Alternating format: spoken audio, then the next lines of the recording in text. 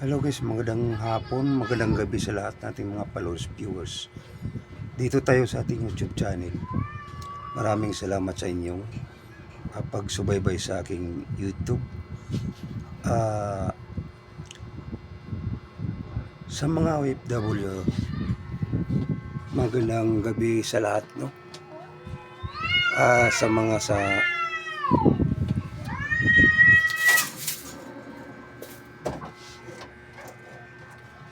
Sa mga supporter ni Roa Rodrigo Duterte, no? Maraming salamat sa inyong suporta. Sa mga OFW nga malapit sa mga sakuna, mag-ingat kayo dun sa mga gira-gira, no? So, ang ating BBM admin wala yan pakialam sa mga OFW. Kasi napahiya siya sa mga OFW kasi Duterte dinala nila sa daig, diba? Nalalaman natin yun, nalaman nyo. Parte naman sa kay Inday Sara sapagkat Presidente 2029, suportahan natin mga kababayan. Atat na atat silang ma-impeach si Inday Sara, no? Kahit anuhin pa nila, sisira-siraan nila, no?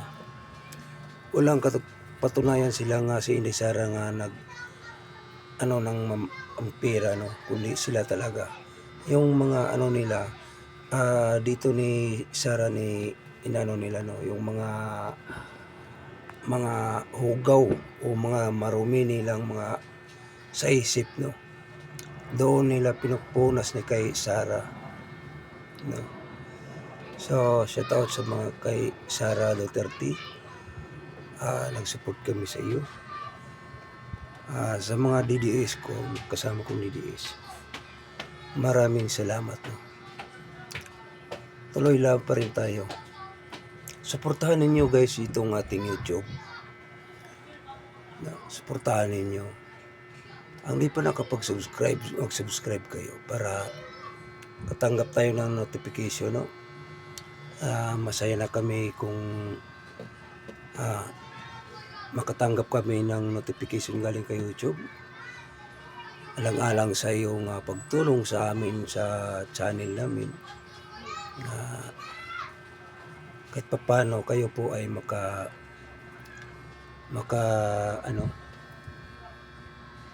tanggap ng mga magagandang balita, no?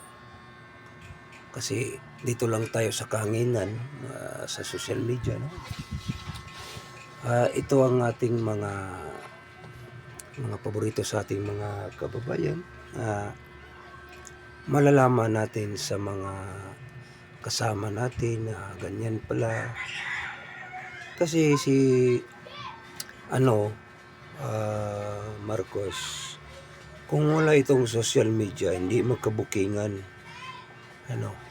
kasi yung flood control at saka yung yung susunod na bagyo, no? Yung lugar ng Gilonok, sabi ni BBM, ano bang gagawin natin dito, sabay kamot sa ulo, no? So wala, nililimas talaga nilang pera ng mamayang Pilipino.